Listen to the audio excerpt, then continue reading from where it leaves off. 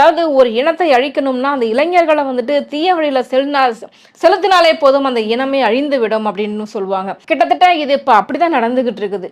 இளைஞர்களை வந்துட்டு போதை வழக்கங்களுக்கு வந்து திசை திருப்புறாங்க. ஒரு பெரிய ஒரு கண்டிப்பு கிடையாது அப்படின்ற மாதிரியான புகார்கள் எழுந்த வண்ணம் தான் இருக்கு.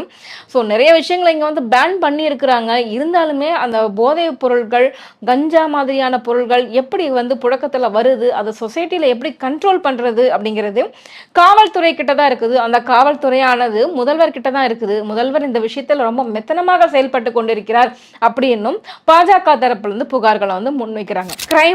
கிரைம்னு பார்த்துக்கிட்டீங்க அப்படின்னா, குழந்தைகள்ல இருந்து முதியவர்கள் வரைக்கும் பாலியல் வன்கொடுமை செய்யப்படுவது அப்படிங்கிறது இந்த ஆட்சியில ரொம்ப சர்வசாதாரணமாக இருக்குது.